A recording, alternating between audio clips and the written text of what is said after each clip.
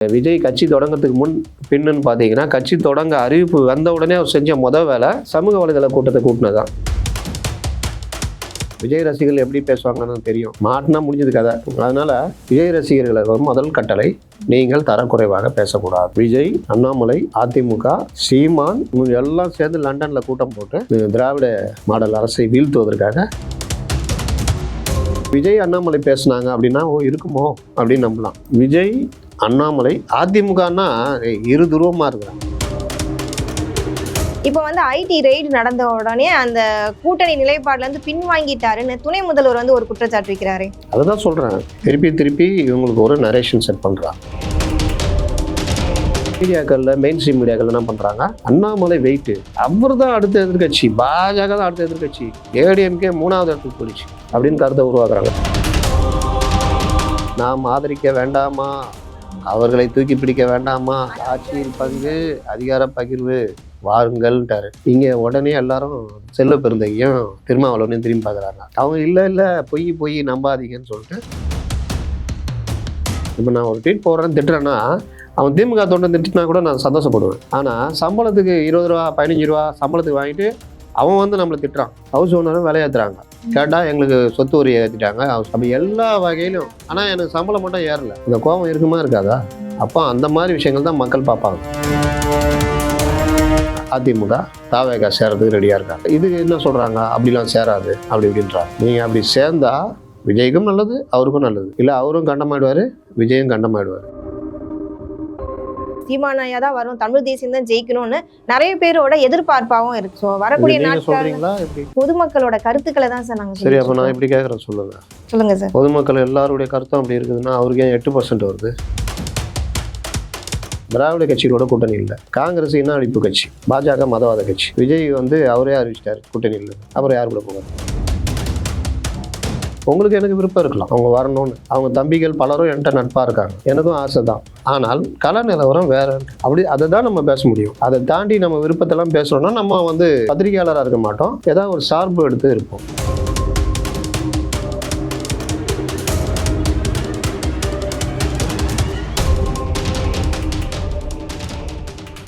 You Tamil நேயர்களுக்கு அன்பு வணக்கம். இன்னைக்கு நம்மளோட சிறப்பு நேர்காணலுக்கு வந்திருக்காங்க ஜேர்னலிஸ்ட் அப்துல் முத்தலிப் சார். அவங்க கிட்ட இப்ப நடந்துட்டு இருக்க அரசியல் மற்றும் சமூகம் குறித்தான சில மாற்றங்களை பற்றி கேட்டு தெரிஞ்சுக்கலாம் வாங்க. வணக்கம் சார். நல்லா இருக்கீங்களா சார்? 2026 வரக்கூடிய இந்த தேர்தலில் யாரு கூட்டணி கட்சி ஸ்ட்ராங்கா இருக்க போகுது, எந்த கூட்டணி அவாய்ட் பண்ண போறாங்க மக்கள் அப்படிங்கிற மாதிரி பார்த்துட்டு இருக்காங்க. அதுல இப்ப ரொம்ப மும்முரமா தீவிரமா யார் இருக்கான்னு பாத்தீங்கன்னா, நம்ம நாம் தமிழர் கட்சி சீமான் ஐயா கட்சி ஒரு பக்கம் இருக்கு, இன்னொரு பக்கம் தமிழக வெற்றி கழகம். இவங்க 2 பேருடைய போட்டின்றாங்க ஒரு பக்கம். இன்னொரு பக்கம் பாத்தீங்கன்னா இல்ல அவர் அதிமுக கூடவும் இல்ல விசிக கூட தான் கூட்டணி வச்சுக்க போறாருன்னு சொல்றாங்க. உங்களுடைய கருத்துக்கள்? உங்க கேள்வியில ஒரு சின்ன திருத்தம், அதை மட்டும் நான் பதிவு பண்ணிடுறேன். கூட்டணி பத்தியான போட்டியில நாம் தமிழர் கட்சியும் இது விஜய் தாவேகாவும் இல்லை. ஏன்னா அவர் கட்சி ஆரம்பிக்கிறதுக்கு முன்னாடி தம்பியோட இணைந்து செயல்படுவேனாரு. கட்சி மாநாடு அறிவிக்கிறதுக்கு முன்னாடியே அவர் சொல்லிட்டாரு, இல்லை 234 தொகுதியிலும் வேட்பாளரை நிறுத்த போகிறேன், 64 பேர் நான் அறிவிச்சிட்டேன்ட்டார். அதோடு அது முடிஞ்சு போச்சு. மாநாட்டில் விஜய் இவங்களுக்கு சாதகமாக ஏதாவது பேசுவார் அப்படின்னு எதிர்பார்த்தாங்க, அதுவும் நடக்கலை. இன்னும் கேட்டால் இவரை கண்டித்து இவரை விமர்சனம் செய்து சில வார்த்தைகள்லாம் பேசுனது தான் கோபத்தில் தான் சீமான் அதுக்கப்புறம் வெடிச்சு கடுமையாக விமர்சனம் பண்ணார். இது ஒரு பக்கம். நம்ம சீமான் தரப்புலாம் பேசுகிறப்போ அவருக்கு பொது எதிரி யாரோ அதே பொது எதிரி தான் உங்களுக்கும். நீங்கள் விஜயை தொட்டிங்கன்னா பொது எதிரியை விட்டுட்டு நீங்கள் அந்த இதை எந்த நோக்கமாக விட்டு நகர்றீங்க, அது உங்களுக்கு கிட்டத்தட்ட சிக்கலாகும். உங்களுடைய அரசியல் நிலைப்பாடு கேள்விக்குறியாகும். கடந்து போயிடலாமே அப்படின்னு பேசுனப்போ, இல்லைண்ணே அந்த மாதிரி தான் விஷயம், அதான் யார் பொது எதிரியோ அதுதான் நாங்கள் பார்க்குறோம், அவ்வளோதான், நாங்கள் விஜய்லாம் அவர் பேசுனதுக்கு லைட்டாக அண்ணன் விமர்சனம் வச்சார், அவ்வளோதான்ட்டு கடந்து போகிறாங்க. அதுக்கு பிறகு ஒரு திமுக விமர்சனம் பண்ணுறது, மற்ற கன்னியாகுமரியில் மற்ற இடங்களில் பேசலாம் பார்க்குறோம். அதனால இது ஒரு அண்ணன் தம்பி சண்டை மாதிரி, அதில் கொஞ்சம் கூடுதல் குறைச்சல் இருக்கும். அதையும் செய்தியாக்கி மடைமாற்றும் வேலைகள் அதிகம் நடக்குது. ஏன்னா அடிச்சிங்கன்னா இந்த சைடு விஷயங்கள் வெளியே வராது, ஊடகங்கள் அதை நோக்கி ஓடும். இன்னைக்கு சீமான் இதில் என்ன ஒரு நல்ல பியூட்டினா, விஜய் தரப்புல போய் கேட்கறதுக்கு ஆளே கிடையாது. புஷி ஆனந்த் எது கேட்டாலும் ஐயோ தளபதி தான் அப்படின்ட்டு அவர் ஓடிடுவாரு. வேற 2ஆம் கட்ட தலைவர்கள் இன்னும் அறியப்படவில்லை. ஸ்போக்ஸ் பர்சன் மட்டும் பேசுகிறாங்க. அவங்க அந்த நிலைய வித்வான்களோட சண்டை போகிறதுக்கு நேரம் சரியாக இருக்குது. அதனால நீங்கள் சீமான் இப்படி பேசிட்டாரு அப்படின்னு அங்கே மைக் போடுறது யாரும் இல்லை. அதனால் இந்த விஷயங்கள் வந்து அப்படியே போய்கிட்டு இருக்குது. ஆனாலும் விஜய் தரப்பில் நம்ம வந்து சீமானை விமர்சனம் பண்ண வேணாம், அவர் தரப்பு தொட வேணாம்னு நல்ல முடிவு எடுத்துருக்காங்க. விமர்சனம் பண்ணாலும் நீங்கள் யாரும் உட்காந்துட்டு சமூக வலைதளங்களில் தரக்குறைவாக விமர்சனம் செய்யக்கூடாதுன்ற ஒரு கட்டளையாகவே சொல்லிட்டாங்க. அவர்களும் அதை கடைபிடிக்கிறாங்க. ஏன்னா நான் பார்த்த வரைக்கும் விஜய் கட்சி தொடங்கிறதுக்கு பின்னுன்னு பார்த்தீங்கன்னா, கட்சி தொடங்க அறிவிப்பு வந்த உடனே அவர் செஞ்ச முதல் வேலை சமூக வலைதள கூட்டத்தை கூட்டினதான். கூட்டத்துக்கான நிர்வாகிகள் போட்டுட்டு, அப்போ நான் இது ஒரு வருஷத்துக்கு முன்னாடி பேசியிருப்பேன். முதல் கட்டளையை நீங்கள் யாரையும் தரக்குறைவாக விமர்சனம் பண்ணக்கூடாது. ஏன்னா விஜய் ரசிகர்கள் எப்படி பேசுவாங்கன்னு தெரியும். மாட்டினா முடிஞ்சது கதை. அதனால விஜய் ரசிகர்களை முதல் கட்டளை, நீங்கள் தரக்குறைவாக பேசக்கூடாது. குறிப்பாக வெரிஃபைடு அக்கௌண்ட்டுகளை போய் பதில் போட்டுக்கிட்டு அவங்களோட வம்பு இருக்கக்கூடாது. வெரிஃபைடு அக்கௌண்ட்னா முக்கியமான நபர்கள் இருப்பாங்க, அங்கே போய் பண்ணக்கூடாது. அப்புறம் நீங்கள் பதிலை விமர்சன ரீதியாக பதில் வைக்கணும். அரசியலை அரசியலாகவே அணுகுங்கள். சட்டையர் பண்ணுங்க, ஆனால் அவதூறு பேசாதீங்க, சண்டை போடாதீங்க. இப்படிலாம் ஒரு இது பண்ணி அவங்க ரசிகர்கள் அந்த மாதிரி போகிறாங்க. எங்கேயாவது ஒருத்தர் 2 பேர் பண்ணுறாங்கன்னா அவங்களுக்கு இதெல்லாம் தெரிஞ்சிருக்க வாய்ப்பு இல்லை உணர்ச்சி வயப்பட்டு நல்லா பண்ணுவாங்க. அதெல்லாம் நீங்கள் எந்த கட்சியிலும் யாரையும் பண்ண முடியாது, கட்டுப்படுத்த முடியாது 100%. இது விஜய் தரப்பில் தெளிவாக எடுத்து போய்கிட்டு இருக்கிறாங்க. இவங்களும் வந்து லைட்டாக அவர் பேசுவார், அப்புறம் அதோட விட்டு போவாங்க, வாழ்த்துவாங்க, வைவாங்க. அது அண்ணன் தம்பி பிரச்சனை. ஆனால் இது மடைமாற்றம் செய்கிற வேலை நடந்தது. இன்றைக்கி நான் ஒன்று பார்க்குறேன், விஜய், அண்ணாமலை, அதிமுக, சீமான், என்னென்ன எதிர்கட்சி இருக்குதோ எல்லாம் சேர்ந்து லண்டனில் கூட்டம் போட்டு இவங்க வந்து திராவிட மாடல் அரசை வீழ்த்துவதற்காக இது போட்டாங்கன்னு ஒரு இது. இதை வந்து இதுதான் இட்லி தான் சொல்லுவாங்களா, இட்லினா சட்னி கூட நம்பாதுன்னுவாங்க. இதுதான் இட்லினா சட்னி கூட, அந்த மாதிரி நீங்கள் ஒரு இது சொல்லலாம், ஏக்கரா கணக்கில் சொல்ல முடியாது. முதல்வர் சொன்ன மாதிரி சில விஷயங்கள் வந்து டைவெர்ட் பண்ணுறதுக்கு பண்ணலாம். அதில் நம்புகிற மாதிரி பண்ணால் டைவெர்ட் ஆகும், மக்களும் நம்புவாங்க, ஓ இருக்குமோன்னு. விஜய் அண்ணாமலை பேசுனாங்க அப்படின்னா ஓ இருக்குமோ அப்படின்னு நம்பலாம். விஜய் அண்ணாமலை அதிமுகன்னா இரு துருவமாக இருக்கிறாங்க. அப்போ இவங்களுடைய நோக்கம் என்னன்னா, இவங்க எல்லாம் பி டீம், பிஜேபியுடைய பி டீம் அப்படின்னு மக்கள்கிட்ட சொன்னால் மக்கள் இன்னும் நம்புவாங்கன்னு நினச்சிட்டு இருக்கிறாங்க. அது ஒரு மக்களை பற்றிய மக்களை அறியாமைன்னு நினச்சிட்டு இருக்கிற இவர்களுடைய அறியாமை. என்னன்னா எல்லா விஷயத்தையும் மக்கள் நம்ப மாட்டாங்க. ஆமாம், நீங்கள் திருப்பி எடப்பாடி பழனிசாமிகிட்ட போயிட்டு பிஜேபியோட கூட்டணியான்னு கேட்க வைக்கிறாங்க. அவர் வெறுத்து போயினா சொல்கிறாரு, ஏங்க எத்தனை தடவைங்க சொல்கிறாரு, தம்பி நீ வந்து எந்த தொலைக்காட்சியா இல்லை அச்சு ஊடகமா சொல்லுப்பா அப்படின்றாப்புல. இல்லை சார் நான் இதுதான் காட்சி ஊடகம் தான்.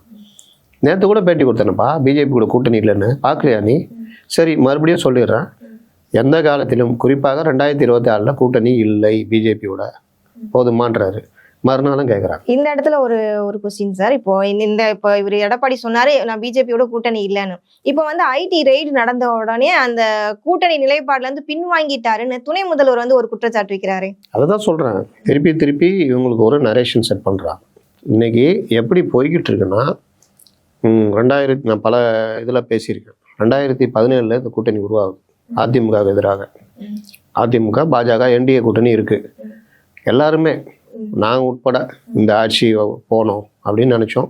அன்னைக்கு எதிர்கட்சியாக இருந்த திமுக பல விஷயங்கள் பேசியிருக்கோம். இந்த அறிக்கை விட சொல்லுங்கள், இதை பண்ண சொல்லுங்கள் அப்படின்னு எல்லாருமே விரும்புனாங்க. தமிழ்நாட்டில் இந்த ஆட்சி வரக்கூடாது. பொதுவாகவே தமிழகத்தில் பாஜகவுக்கு எதிரான மனநிலைன்றது உண்டு. அண்ணாமலை வந்து கொஞ்சம் மாற்றி விட்டார். ஏன்னா அவர் மதவாத அரசியல் பேசலை, அரசியல் பேசினார், மதவாத அரசியல் பேசலை. அதனால ஆக்சுவலாக அதுதான் செய்யணும், செஞ்சீங்கன்னா வளருவீங்க. ஆனால் பலரும் வந்து கண்டதை பேசுகிறாங்க. இப்போ எச் ராஜா கன்வீனர் போட்டோன்னு எல்லாம் அக்கா சூப்பர்ரா இனி நல்லா வளர்ந்துரும் அப்படின்னு சொல்லலாம் பேசினாங்க. அதனால் அது ஒரு பார்ட்டு. அப்போ இந்த கூட்டணிக்கு எதிராக இங்கே அதிமுக எல்லாம் சேர்ந்து கொள்கை கூட்டணி, சமூக நீதி கூட்டணின்னு உருவாக்குனாங்க. 2019 ஜெயிச்சாங்க. 21 வரும் பொழுது தான் டிஎம்கே லைட்டாக வேலையை காமிக்குது. காங்கிரஸுக்கு 25 சீட்டுன்றாங்க, 60 சீட்டு நின்னாலு 60 கொடுத்து 63க்காக சண்டை போட்டாங்க. 3 சீட்டுக்கு பெரிய சண்டை, டெல்லி வரைக்கும் பஞ்சாயத்து போச்சு. அப்பேற்பட்ட காங்கிரஸ் இவங்க சொல்கிறாங்க 10 வருஷமாக ஆட்சியில் இல்லை, நாங்கள் ஆட்சிக்கு வரணும், அதுக்கு மெஜாரிட்டி வேணும், அதனால் கொஞ்சம் கூடுதலாக நின்னா தான் ஏதாவது மிஸ் ஆச்சுன்னா கூட நீங்கள் கொஞ்சம் அட்ஜஸ்ட் பண்ணுங்க. சரி ரைட்டு 25 நீங்கள் வாங்க. அவங்க கனவோட போகிறாங்க 12 கொடுங்க. 12 கேட்டால் 10 தருவாங்க. 10 தருவாங்க. 4 தான்றாங்க. என்னங்க 4ன்றீங்க? சரி போங்க 6 தரோம். அப்போ இவங்க வலது கம்யூனிஸ்ட் எங்களுக்கு 6 கொடுத்தீங்கன்னா அப்போ சிபிஎம் 8 கொடுப்பீங்களா? எல்லாருக்கும் 6 தான். எல்லாருக்கும் யூனிஃபார்ம். எல்லாருக்கும் 6. வேறு வழி இல்லாமல் சரி ரைட்டு வந்துட்டோம், வாக்கப்பட்டுட்டோம், வேறு வழி இல்லை, வேலையும் தெரியாது, சமையல் வேலை மட்டும்தான் தெரியும். ஒரு பொண்ணு வாக்கப்பட்ட போகிற பொண்ணு ஒன்றும் தெரியல என்ன பண்ணோம்? கல்லானாலும் கணவன், ஃபுல்லானாலும் புருஷன், அடி உத வாங்கினாலும் இருப்போம் அப்படின்னு சரி வாக்கப்பட்ட எதிரில் அந்த ஆள் பிஜேபி கொடுக்குறாரு. தனியாக போனால் மக்கள் நல கூட்டணி கண்ணு முன்னாடி வந்து போவோம்ல, சரி ரைட் போகலான்னு போயிட்டாங்க. இதையே சாக்காக வைத்து 24லேயும் அதே மாதிரி எல்லாருக்கும் 2 சீட்டு தான். அவரு என்ன நினைக்கிறாரு, நம்ம 6 ஜெயிச்சிட்டோம். காங்கிரஸ் என்ன நினைக்குது, நம்ம போன தடவை சொன்னாங்க பார்லிமெண்ட் தேர்தலில் பார்த்துக்கலான்னு. பழைய ஃபார்முலா ஒன்று இருக்குது, 24 சீட்டு காங்கிரஸ், 24 எம்பி நின்றுருக்காங்க, 12 தான் ஏடிஎம்கே நிற்கும். அந்த மாதிரி சரி 24 கூட வேணாம், ஒரு 16 கேட்போம் அப்படின்னு அவங்க ஒரு லிஸ்ட்டு, 21 லிஸ்ட்டு, அதில் 16 கேட்போம் அப்படின்னு. 5 சீட்டு தான்றாங்க. இவங்களுக்கு அதிர்ச்சி. சரி நம்ம வேலைக்கு ஆகாது அப்படி முன்னெல்லாம் அப்படின்னா வேலைக்கு ஆகாது அங்கே போயிடுவாங்க. இப்போ அங்கே போகலான்னா அவர் அப்போ தான் பிஜேபியிலேருந்து வெளியில் வர்றாரு. உடனே என்ன பண்ணுறாங்க, அங்கே போயிடக்கூடாதுன்றதுக்கு கள்ள உறவு என்னைக்கு இருந்தாலும் நாளைக்கு இவர் பிஜேபி கூட போயிடுவார் ஒரு கருத்தை உருவாக்குறாங்க. மீடியாக்களில் மெயின் ஸ்ட்ரீம் மீடியாக்கள் என்ன பண்ணுறாங்க, அண்ணாமலை வெயிட்டு, அவர் தான் அடுத்த எதிர்கட்சி, பாஜக தான் அடுத்த எதிர்கட்சி, ஏடிஎம்கே 3வது இடத்துக்கு போயிடுச்சு அப்படின்னு கருத்தை உருவாக்குறாங்க. அப்புறம் திடீர் கணிப்பாளர்கள்லாம் வந்தாங்க. அப்புறம் அவங்களாம் திடீர்னு முளைப்பாங்க, திடீர்னு காணப்படுவாங்க. திடீர் கணிப்பாளர்லாம் வந்து போட்டாங்க. அதை எடுத்துக்கிட்டு இவங்க ரொம்ப நடுநிலையாளர்கள் மாதிரி இப்படிலாம் சொல்கிறார்களே என்ன சொல்லணும் கருத்தை விதைச்சாங்க. இவருக்கு அரடி கற்றுனாரு, நான் இல்லைங்க பிஜேபி கூட இல்லை, எஸ்டிபிஐ கூட கூட்டி வச்சுக்கிட்டு நாங்கள் இஸ்லாமியர் எழுச்சி மாநாடுலாம் கலந்துக்கிட்டாரு, எல்லாம் பண்ணார். ஆனாலும் இந்த பிரச்சாரம் தான் ஜெயிச்சது. இதோடைய உள்நோக்கம் என்ன, தோழமை கட்சிகள் இவங்க கொடுக்குற சீட்டை வாங்கிக்கணும், மீறி அங்கே போகக்கூடாதுன்றது உள்நோக்கம். இவங்களுக்கும் பயம். திரும்ப கொஞ்சம் அப்படியே எந்திரிச்சு பார்த்தாரு. அப்புறம் பார்த்தாரு திடீர்னு எடப்பாடி திடீர்னு மறுபடியும் பிஜேபி கிட்ட போயிட்டாருன்னா அப்புறம் நம்ம 2004 நம்ம அந்த மாதிரி கழட்டி விட்டாங்க, தனியாக நிற்கிற மாதிரி ஆயிடுச்சு. அந்த மாதிரி வருமானு அவர் கண் முன்னாடி ஆடி சரி வேணாம், கல்லானாலும் கணவன், ஃபுல்லானாலும் புருஷன் அப்படியே இருந்துட்டாரு. 24 தேர்தல் முடிஞ்சது.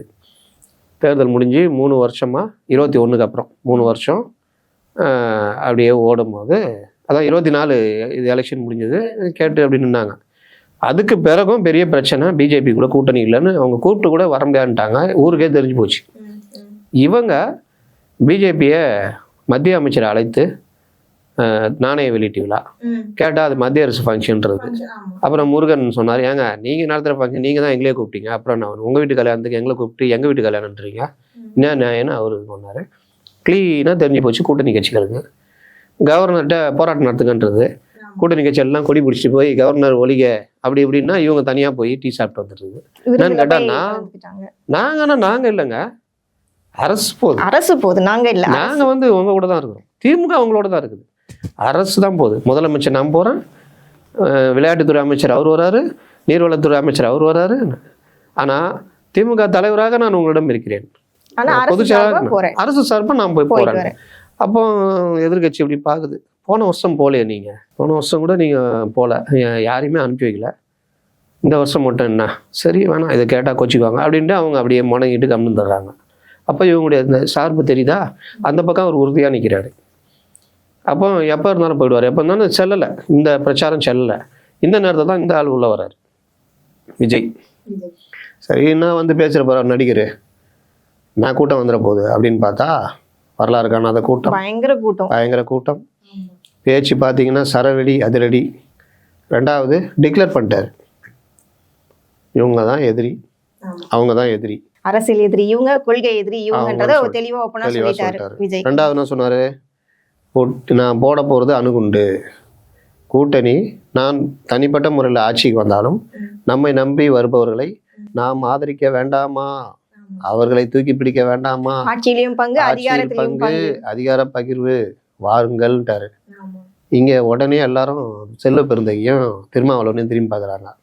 அவங்க இல்லை பொய் நம்பாதீங்கன்னு சொல்லிட்டு திருமாவளவன் ஒரு படி அதுக்கு கொஞ்ச நாளைக்கு முன்னாடி தான் ஆதவ அர்ஜுன் அந்த அந்த மதுவிலக்கு கூட்டத்தில் மாநாட்டில் அவங்க ஒரு அறிக்கை ஆதவ அர்ஜுன் பேட்டி அதுக்கு முன்னாடி கொடுத்த பேட்டியில் நாங்கள் கூட்டணி எங்களால் தானே வர்றீங்க, உங்களால் நாங்கன்னா எங்களால நீங்கள், அப்படி இருக்கும்போது ஏன் எங்களுக்கு துணை முதல்வர் பதவி பேசிட்டாரு. அதுக்கு ஆதவ அர்ஜுன் ஆய்வுன்னு இவங்க விசிக்கல இருக்கவங்க ஆதவ அர்ஜுனுக்கு எதிராக பேச திரும்ப ஆதவ அர்ஜுனுக்கு சப்போர்ட்டா நான் சொல்கிறதும் அவர் சொல்கிறதும் ஒன்று, சொல்கிற துணி தான் வேறன்னு சப்போர்ட் பண்ணிட்டு முடிச்சு விட்டாரு. அப்படிப்பட்ட இது மதுவிலக்கு மாநாட்டுக்கு அதிமுக வரலாம், தவேக வரலாம் தைரியமாக பேசின திருமாவளவன் என்ன நிர்பந்தமோ தெரியல, கூட்டணி இல்லை நாங்கள் இவங்களோட தான் இருப்போம், 2026 இவங்களோட தான் இருப்போம் சொல்லியிருக்காரு. ஆமாம், அப்படி சொன்னப்போ நான் கூட ட்விட்டரில் போட்டேன். அப்போ 6 சீட்டுக்கு ஓகேவான்னு கேட்டு போட்டேன். இன்னும் உள்ள வந்து கீழே அவருக்கும் அவங்கலாம் திட்டல, ஆனால் அவங்க தொண்டர்கள்லாம் தெரியும். மற்றதான் வந்துட்டு ஏய் உனக்கு நான் அவரே சும்மாகிறார் நீ என்ன அப்படின்ற மாதிரி. அப்போ இந்த இதுக்கெல்லாம் என்ன காரணம், இவங்க போயிடக்கூடாது. விஜய் வந்து ஒரு கருத்தை உருவாக்கிட்டாரு. அப்போ இப்போ 2 ஆப்ஷனு கூட்டணி கட்சிகள் இருக்கு. 2024 நிலைமை கிடையாது. உறுதியாக ஏடிஎம்கே பிஜேபி கூட இல்லை, யார் வேணா வரலான்னு அவங்க டிக்ளேர் பண்ணிட்டு கதை திறந்து வச்சுட்டு உட்காந்து வெயிட் பண்ணிட்டு இருக்காரு. அந்த சைடு நீங்கள் வாங்க கூட்டணியே ஆட்சியிலையும் பங்கு தரோம் அப்படின்னு விஜய் ஒரு பக்கம். இது பெரிய இக்கட்டு இல்லை உங்களுக்கு. நாளைக்கு இதே 25 சீட்டு கொடுக்க முடியுமா, இதே 6 சீட்டு கொடுக்க முடியுமா? அப்போ இன்னொன்று இவங்க என்ன சொல்லுவாங்க, 5 வருஷம் நீங்கள் பண்ண இதுக்கெலாம் நாங்கள் எதுவுமே போராட்டம் நடத்தலை, வெங்க வயல்னா உடனே எங்களை பார்க்குறாங்க, என்ன பண்ண நீன்னு இடதுசாரிகளையும் விடுதலை சிறுத்தைகளையும் பார்க்குறாங்க. மற்ற பிரச்சனைகள்னால் நீ ஏன் கேட்க மாட்டேன்னு கேட்குறாங்க. ரோடு இப்படி இருக்குதுன்னா என்ன பண்ணுற கூட்டணி கட்சின்னு கேட்குறாங்க. கூட்டணியே கிடையாது, தொகுதி பங்கீடு தான். ஜெயிச்சவொன்னு நாங்கள் எங்கள் போராட்டத்தை தொடருவோன்னு சொன்ன இடதுசாரிகள் என்ன பண்ணுறீங்கன்னு கேட்குறாங்க. கட்சிக்குள்ளே பிரச்சனை இவ்வளோ சகிச்சுக்கிட்டு அதே 6 சீட்டுனா என்னங்க நியாயம் தான் கேட்பாங்க. இன்றைக்கி இருக்கிற நிலமையில் 6 சீட்டு கிடையாது, அதுக்கு மேலே வேணும்னா என்ன பண்ணுறது, கொடுக்க தயாராக இருக்காரு விஜய், கொடுக்க தயாராக இருக்காரு, அங்கே அவரும் தயாராக இருக்காரு. 2 ஆப்ஷன் இருக்குல்ல. அப்போ இந்த 2 ஆப்ஷனையும் மூடி காலி பண்ணணும். அதுக்கு என்ன பண்ணணும், மக்கள் மன்றத்தில் இங்கே இப்போ ஆதரவு ஊடகங்களை வச்சுட்டு லண்டனில் ரகசிய கூட்டம், அண்ணாமலை எடப்பாடி இவர் நாளைக்கு யாராவது கட்சி திமுக எதிராக ஆரம்பிச்சா அவங்க எல்லாருமே சேர்ந்து கூட்டம் போட்டு ரகசிய உறவு, இதை வீழ்த்துவதற்காக இந்த வேலை அப்படின்றது. இது எல்லாம் எதுக்கு, அந்த சைடு யாரும் போயிடக்கூடாது அப்படின்னு. ஆனால் கால நிலவரமும் கள நிலவரமும் அப்படி அல்ல. இந்த விஷயங்கள்லாம் ஜனங்க எந்த அளவுக்கு ஏற்றுக்குவாங்கன்றதும் நம்ம பார்க்க தான் போகிறோம். அது அந்த அளவுக்கு போகாது. சார் இதுக்கிடையில இப்போ இன்னொரு டாக் வந்து போயிட்டு இருக்கு. அதாவது என்னன்னா, நாம் தமிழர் கட்சியோட மதிப்பு குறைஞ்சிக்கிட்டே வருதா அப்படிங்கிற மாதிரி ஒரு கொஸ்டின் கேட்குறாங்க மக்கள் எல்லாருமே. ஏன்னா இப்போ அவங்க கட்சியில இருக்க எல்லா நிர்வாகிகளையும் வந்து 1 by 1 வாரத்தில் ஒரு நாள்ன்ற மாதிரி ஒவ்வொருத்தரா அந்த கட்சியை விட்டு வெளில வராங்க, மனக்கசப்பட வராங்க, நம்ம எல்லாருக்குமே தெரியும். இப்போ அவங்கள எல்லாருமே வந்து தமிழக வெற்றி கழகத்தோட கட்சியில தான் ஜாயின் பண்றாங்கன்ற மாதிரி ஒரு பேச்சு அடிப்படுது. உண்மையா நான் உங்களை கேட்குறேன், இது வரைக்கும் ஒரு 3 பேர் மேலே முக்கிய நிர்வாகிகள் வெளியில் வந்து பேட்டி கொடுத்தாங்க.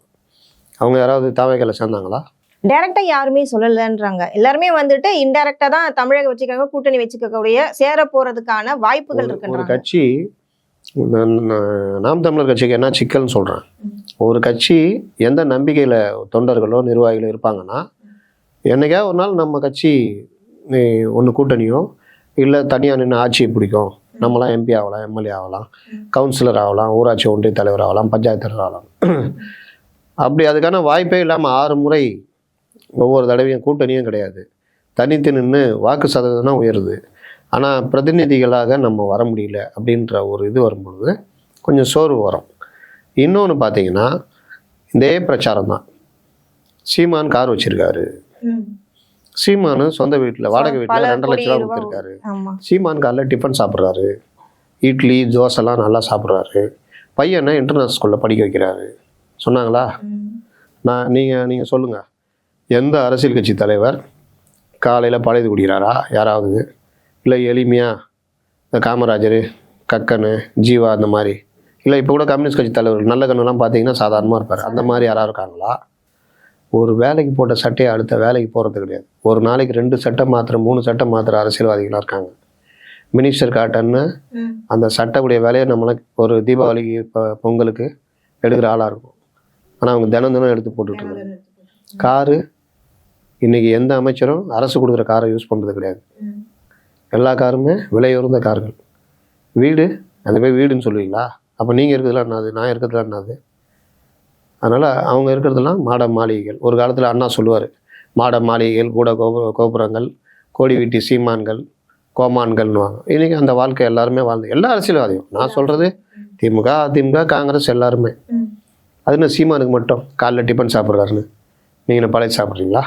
அதுன்னு சீமான் பையன் மட்டும் அங்கே படிக்கிறாருன்னா, ஒரு 2-3 நாளைக்கு முன்னாடி ஒரு பேட்டி அமைச்சர், கல்வி அமைச்சர் அன்பில் மகேஷ் ஒரு விழாவில் பரிசு கொடுக்குறாரு. அவருடைய இளைய மகன் வந்து வாங்குறாரு, அந்த ஒரு ப்ராஜெக்டுக்காக அவருக்கு கொடுக்குறாரு. முடிஞ்சோடனே அந்த பையன் சொல்கிறான், என்ன படிக்கிறீங்க? நான் படிக்கிறேன். உங்கள் லாங்குவேஜ் என்ன எடுத்துருக்கீங்க? ஃப்ரெஞ்சு. தமிழ் எடுக்கலையா? தமிழ் எடுக்கல.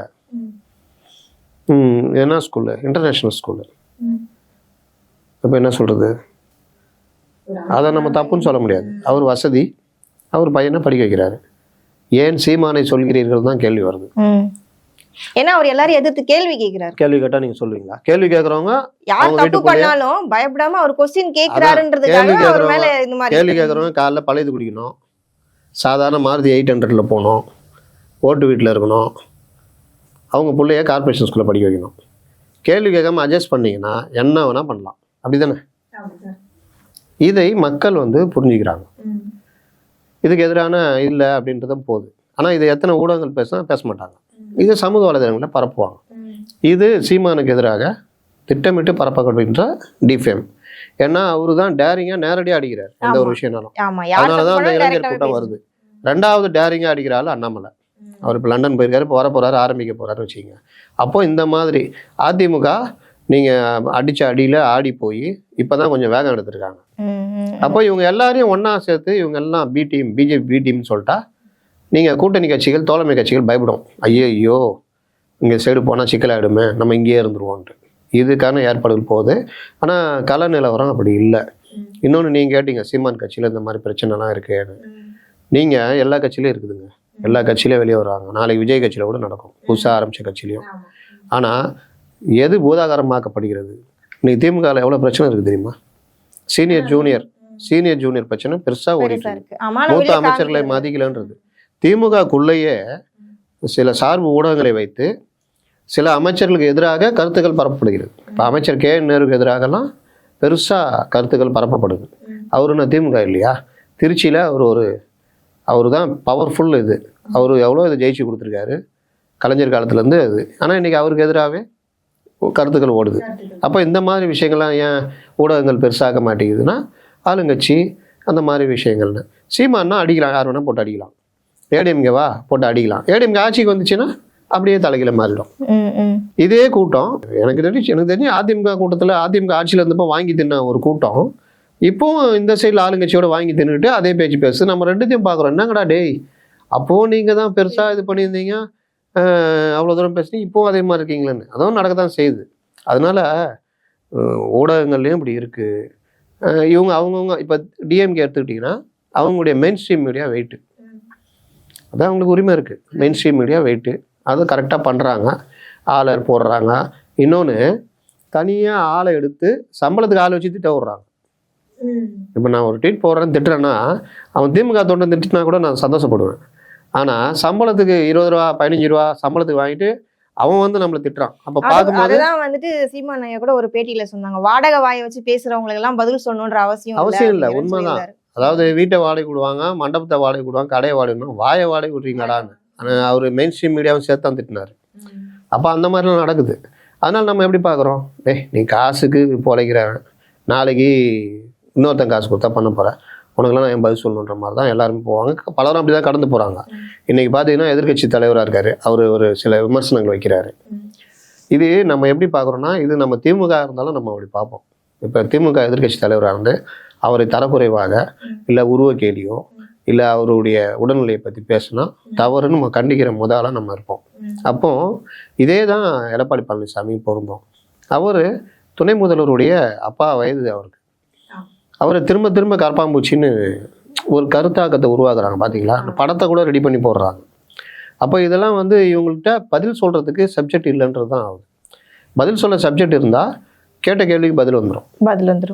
இல்லாமல் இப்போ நீங்கள் உங்களுக்கு எனக்கு ஒரு பிரச்சனை, ஆஃபீஸில் பிரச்சனை, நீங்கள் என்ன கேட்குறீங்க, என்கிட்ட அதுக்கு நான் தெரிஞ்ச உங்களை டிஃபேம் ஏதோ ஒன்று பண்ணுறேன், நீங்கள் பாதிக்காடுறீங்க. அப்போ என்கிட்ட கேட்கும்போது என்கிட்ட நியாயம் இல்லைன்னா நான் வந்து உங்களை உருவக்கேலியோ கேரக்டர் அசாசினேஷன் பண்ணுறேன்னா என்கிட்ட உண்மை இல்லைன்னு அர்த்தம்.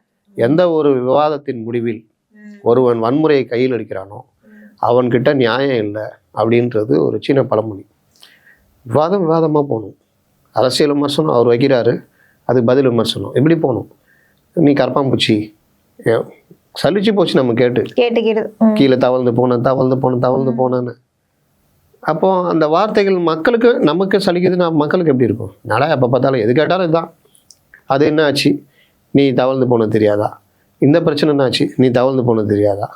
அந்த பிரச்சனை என்ன சொல்கிறேன், நீ தவழ்ந்து போனது தெரியாதா? அப்போ பதில் இல்லை அப்படின்றதான். அதனால் இது எல்லாமே இவங்க ஒரு நரேஷன் கிரியேட் பண்ணுறதும் அதை இவங்களே நம்புறதும் கூட இருக்கிற கூட்டங்கள் வந்து நீங்கள் வந்து ரொம்ப நாள் அது இருக்காது, நாளைக்கு கொஞ்சம் அப்படி புரண்டா காணப்படும். இது வந்து கலைஞர் பார்த்துருக்காரு, எம்ஜிஆர் பார்த்துருக்காரு, ஜெயலலிதா பார்த்துருக்காங்க, இவங்க இன்னும் பார்க்கல. எடப்பாடி பார்த்துருக்காரு.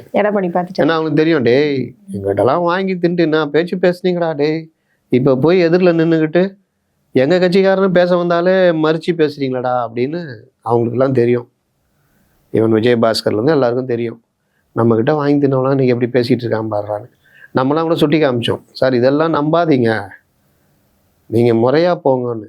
ஆனால் அவங்க நினச்சாங்க மெயின் ஸ்ட்ரீம் மீடியாவில் இருக்க சில ரிப்போர்ட்டர்ஸு இவங்க எடிட்டர்ஸ் இவங்கெல்லாம் நம்ம கவர் பண்ணிக்கிட்டா நம்ம ஆட்சி பற்றி ஒரு நல்லாதுன்னு. நான் ஆட்சி நின்றுச்சா? அது நிற்காதுங்க. மக்கள் வந்து அவங்க பிரச்சனை அடிப்படை தான் பார்ப்பாங்க. 3 தடவை போன தடவை 1500 கரண்ட் பில் கட்டணும், இந்த தடவை 4500 கட்டுறோம் அப்படின்னு கட்ட போகும்போது கோவம் வரும்.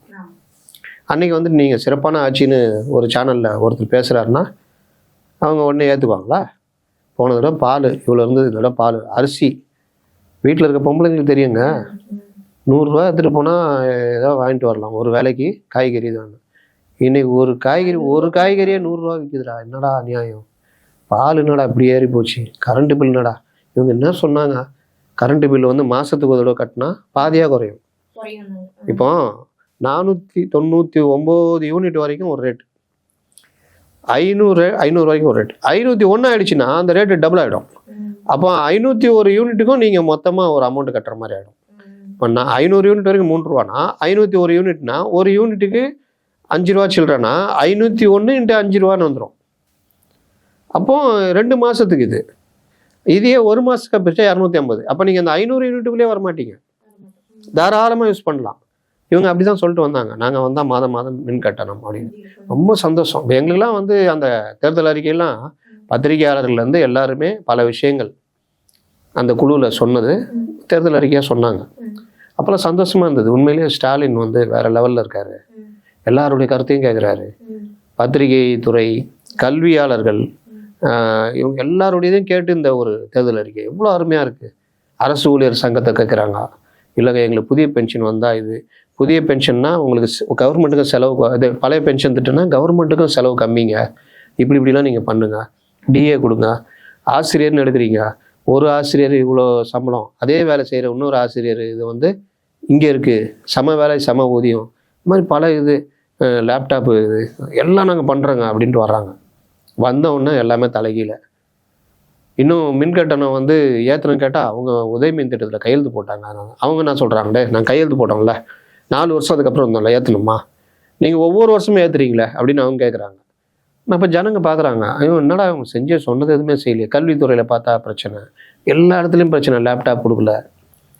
இதுக்கான மாற்றங்கள் வரும்னு நினைக்கிறீங்களா சார்? 2026 பெரிய மாற்றங்கள் வரும்னு நினைக்கிறீங்களா? இது எல்லாமே இவர்கள் பிரச்சாரம் மற்ற விஷயங்கள் மக்கள்கிட்ட போகும்போது நீங்கள் இப்போ நான் என்ன சொல்கிறேன், நேராக போய் ஒருத்தர் இவங்க சொல்கிறாங்க லண்டனில் ரகசிய கூட்டம்னு, அங்கே எதிர்கட்சி தலைவர் சொல்கிறாரு மாதம் ஒரு முறை மின்சார கட்டணம்னு சொன்னீங்களா, 2 மாதத்தோட முன்னாடி அப்படியே இருக்க 3 தடவை எழுதிட்டுனா ஜனங்க எதை கேட்பாங்க?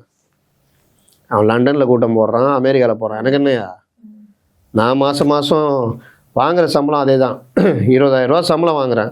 முன்ன 20,000 ரூபா வாங்கினா என்ன புடின்னு ஏதோ செலவு போயிட்டு ஒரு 1000 ரூபா ஏதோ மிஞ்சும். இன்றைக்கி 25,000 ரூபா செலவாகுது. ஹவுஸ் ஓனரும் விலையேற்றுறாங்க. கேட்டால் எங்களுக்கு சொத்து வரி ஏற்றிட்டாங்க ஹவுஸ். அப்போ எல்லா வகையிலும், ஆனால் எனக்கு சம்பளம் மட்டும் ஏறலை, அந்த கோபம் இருக்குமா இருக்காதா? அப்போ அந்த மாதிரி விஷயங்கள் தான் மக்கள் பார்ப்பாங்க. இன்னொன்று கூட்டணிகள் மாறும்பொழுது இந்த ஆப்ஷன் இருக்கும்போது மாறுறதுக்கான வாய்ப்புகளும் வரும். அதை மீறி அவங்க நிறுத்துனாங்கன்னா இந்த சைடு இங்கே ரெடியாக இருக்காங்க, அதிமுக தாவேகா சேரத்துக்கு ரெடியாக இருக்காங்க. இது என்ன சொல்கிறாங்க, அப்படிலாம் சேராது அப்படி இப்படின்றாங்க. நீங்கள் அப்படி சேர்ந்தா விஜய்க்கும் நல்லது, அவருக்கும் நல்லது. இல்லை அவரும் கண்டமாயிடுவார், விஜயும் கண்டமாயிடுவார். ஆனா பெரும்பான்மையான மக்களோட நம்பிக்கை இல்லைன்னா பாத்தீங்கன்னா நாம் தமிழர் கட்சி மேலதான் இருக்காங்க. அவரு சீமானையா தான் வரும், தமிழ் தேசியம் தான் ஜெயிக்கணும்னு நிறைய பேரோட எதிர்பார்ப்பாவும் இருக்கு. அதனாலதான் எல்லாருமே அவர் என்ன பேசினாலும் அவருக்கு ஆதரவாவே நிக்கிறாங்க மக்கள் எல்லாருமே. சோ வரக்கூடிய நாட்கள் எப்படி பொதுமக்களோட கருத்துக்களை தான் சார் நாங்க சரி. அப்ப நான் இப்படி கேட்கறேன், சொல்லுங்க சார். பொதுமக்கள் எல்லாருடைய கருத்தும் அப்படி இருக்குதுன்னா அவருக்கு ஏன் 8% வருது? இப்போ நீங்க பாருங்க 2026 அதுக்கான மாற்றங்கள் நல்லாவே தெரியும். அதாவது மக்கள் வந்து உடனே மாற்றம் எப்படிங்க டமால்னு வந்துரும்? இப்பதான் எல்லாரும் ஐடென்டிஃபை பண்ண ஜெயிக்கணும்னா 30% மேல வாக்குகள் இருந்தாதான் நீங்க ஆட்சியை பிடிக்க முடியும்.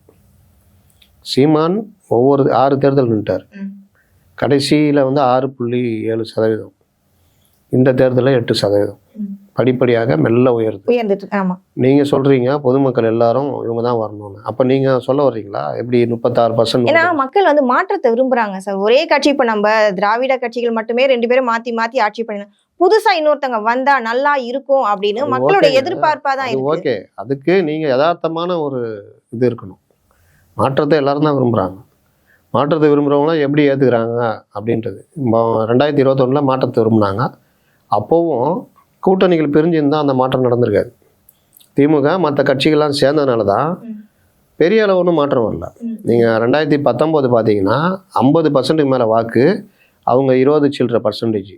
எது பாஜக, அதிமுக, பாமக, தேமுதிக எல்லாம் சேர்ந்து நின்று இவங்க வந்து 50% மேலே சென்டம் அடித்தாங்க. இவர் மட்டும் ஜெயிச்சார் தேனியில், ரவீந்திரநாத். ஆனால் 2021 பார்த்தீங்கன்னா நீங்கள் சொல்கிற அந்த மாற்றத்தை பெருசாக அதே மாதிரி பண்ணாலும் பெரிய அளவில் ஓட் % அதிமுக அடிபடல. 39%, 20 சில்லறையிலேருந்து 39 வந்துட்டாங்க. இவங்க அதே கூட்டணி, அதே மாற்றம், அதே எதிர்ப்பு எல்லாம் இருந்து தூத்துக்குடி துப்பாக்கி இருந்தும் 44 சில்லறை. திமுகவுக்கு பெருசாக ஒன்றும் 96 வந்த மாதிரி பெரிய வெற்றிலாம் வரல. இப்போ 2024 பார்த்தீங்கன்னா 2019 பார்லிமெண்ட் எலெக்ஷனுக்கும் இதுக்கும் பார்த்தீங்கன்னா 6% வாக்குகளை இவங்க சமூக நீதி கூட்டணின்னு சொல்கிற திமுக இழகுது. திமுக பர்சனலாக 4% இழகுறாங்க. அந்த சைடு தனியாக பிரிஞ்சிருந்தாலும் பாஜக தன்னுடைய வாக்கு சதவீதத்தை உயர்த்திக்கிச்சு 3-4%லேருந்து 12% வரைக்கும். அதிமுக 1% எக்ஸ்ட்ரா வாங்கி நிற்கிது. தெரியுதா? அதனால கூட்டணி இந்த மாதிரி விஷயங்கள் தான் உங்களை ஜெயிச்சு ஆட்சி கட்டில் அமர வைக்கும். நீங்கள் என்னதான் நீங்கள் ஓட்டு % குறைஞ்சாலும் கூட்டணி பலத்தினால 40 சீட்டும் ஜெயிக்கிறாங்க பாண்டிச்சேரி சேர்த்து. அப்போ இதுதான் நீங்கள் தனியாகவே நின்றுக்கிட்டு நான் வந்துடுவேன்னா 2% 1% ஏறும். மாற்றங்கள் வரும் இல்லையா? இப்போ தனியா இருக்காங்க அவங்க, வரக்கூடிய நாட்கள் கூட்டணியோட சேர்ந்து ஆட்சி பண்ணக்கூடிய வாய்ப்புகள் நிறைய இருக்கு இல்லைங்களா? அதுதான் அவர் முடியாதுன்றாரு. இப்ப முடியாதுன்னு சொல்லலாம், மாற்றங்கள் வரும். யார் கூட சேருவார் சொல்லுங்க, நீங்க சொல்லுங்க. இப்ப முடியாதுன்னு சொல்லி இப்ப இருக்க சூழ்நிலையில முடியாதுன்னு சொல்லலாம். இப்ப இருக்க சூழ்நிலை வச்சு தான் நம்ம பேச முடியும். ஆமா, வரக்கூடிய இன்னும் இருக்கே சார் 2026 அதுக்குள்ள நிறைய மாற்றங்கள், அரசியல்ன்றது மாற்றக்கூடிய ஒரு விஷயம் தான், மாற்றக்கூடியதாங்க. ஆனா இவர் எப்படி மாறுவாருன்னு சொல்லுங்க. அவர் மனசுல என்ன இருக்குன்னு கூடிய சீர் அவரே தான். அவருடைய கொள்கை நான் சொல்றேன், திராவிட கட்சிகளோட கூட்டணி இல்ல, கண்டிப்பா கிடையாதா? காங்கிரஸ் இன அழிப்பு கட்சி, கரெக்டா? பாஜக மதவாத கட்சி, கரெக்டா? விஜய் வந்து அவரே அறிவிச்சிட்டாரு கூட்டணி இல்லைன்னு. அப்புறம் யார் கூட போவார் பாருங்க, பொறுத்து இருந்து பாருங்க. இல்ல சொல்லுங்க, வேற ஏதாவது புதுசா யாராவது புதுசா இதுக்குன்னு புதுசா இல்ல சார், அவரே இந்த கட்சி எந்த அளவுக்கு, ஏன்னா மக்களுடைய அபிப்பிராயம் எல்லாமே பாத்தீங்கன்னா நான் தமிழர் கட்சி மேலதான் இருக்கு, அவரும் சீமான் மேலதான் அவ்வளவு நம்பிக்கையோட இருக்காங்க, தமிழ் தேசிய கட்சின்னு. அப்படி பார்க்கும்போது இளைஞர்கள், ஒட்டுமொத்த இளைஞர்களுமே அவருடைய தான் ஃபாலோ பண்றாங்க. திருப்பி சொன்னாலும் நம்ம வந்து கலா நிலவரம் என்னன்றதை பார்க்கணும். நான் பேசுறது அனலைஸ். நான் வந்து எனக்கு ரொம்ப பிடிக்கும் சீமானுடைய பேச்செலாம், நான் உட்காந்து பார்ப்பேன், ரொம்ப பிடிக்கும். அந்த மாதிரி தனிப்பட்ட முறையில் திமுகவில் சிலரை ரொம்ப பிடிக்கும், அதிமுகவில் சிலர் பேச்சு ரொம்ப பிடிக்கும், காங்கிரஸில் சிலரை பிடிக்கும், விஜயை ரொம்ப பிடிக்கும். அரசியல் அவர் பேசின பேச்சு, அவர் சினிமா நான் பார்க்க மாட்டேன், அது வச்சிங்களேன். ஆனால் எனக்கு பிடிச்சதெல்லாம் நடக்கும்னு நான் நினைக்கக்கூடாது. கல நிலவரம் என்ன, அனலைஸ் என்ன. நான் இப்போ இவ்வளோ நேரம் சொன்னேன்ல, இந்த கூட்டணி இதெல்லாம் வந்ததுனால இந்த % இவங்க ஜெயிக்கிறாங்க. மக்களும் அப்படிதான். மக்களுக்கு திமுகவே பிடிக்கலனாலும் கூட்டணி பலத்தோட அடுத்த எலெக்ஷன்லையும் நிற்கிறாங்கன்னா வேறு வழி இல்லாமல் அந்த வாக்குகள் ஒன்று சேர்ந்து சிங்கிள் லார்ஜஸ்ட் அலையன்ஸ் அப்படின்ட்டு வாக்குகள் பிரியும் பொழுது அவங்க மறுபடியும் ஆட்சி பிடிப்பாங்க. சப்போஸ் இந்த கூட்டணி அப்படியே வந்து அதிமுகவோட சேருதுன்னா இந்த தட்டு மேலே போயிடும், அந்த தட்டு கீழே இறங்கிடும், அப்போ அதிமுக வந்துடும். இந்த மாதிரி அனலைஸ் பார்க்கும்பொழுது 8% வச்சுருக்க சீமான் இந்த மாதிரி யாரு கூடயும் கூட்டணி இல்லை அப்படின்னு வரும்பொழுது அவர் தனியாக தான் நிற்பார். தனியாக நிற்கும் பொழுது அதுக்கேற்ற வாக்குகள் மற்ற விஷயங்களை பிரச்சாரத்தை எப்படி கொண்டு போகிறான்றது தான் நடக்கும். நீங்கள் சொல்கிற மாதிரி பெரிய மாற்றங்கள் வராதுன்ற உங்களுக்கு எனக்கு விருப்பம் இருக்கலாம் அவங்க வரணும்னு. அவங்க தம்பிகள் பலரும் என்கிட்ட நட்பாக இருக்காங்க, எனக்கும் ஆசை தான். ஆனால் கள நிலவரம் வேறன்ற அப்படி அதை தான் நம்ம பேச முடியும். அதை தாண்டி நம்ம விருப்பத்தெல்லாம் பேசுகிறோன்னா நம்ம வந்து பத்திரிகையாளராக இருக்க மாட்டோம், ஏதாவது ஒரு சார்பு எடுத்து இருப்போம். ரொம்ப பேர் அப்படி தான். 2016 எலெக்ஷனில் என்னுடைய நண்பர்கள் பலரும் திமுக தான் வரும். நாங்கள் ஒரு கருத்தையும் உருவாக்குனாங்க, 202 சீட்டு திமுக ஜெயிக்கும், அதிமுக ஒன்றும் போவாங்க. நான்லாம் அப்போ இந்த இதெல்லாம் பார்க்கும்பொழுது தனியாக ஒரு டீமே வெளியில் போய் நிற்கிது, மக்கள் நல கூட்டணியாக. திமுக கூட்டணி சின்னதாக இருக்குது. எப்போவுமே திமுக அதிமுகனா அப்போ ஜெயலலிதா வச்சு சொல்கிறேன், அதிமுகனா அதிமுக பவர் பர்சன்டேஜில் 4-5% வித்தியாசம் வரும்.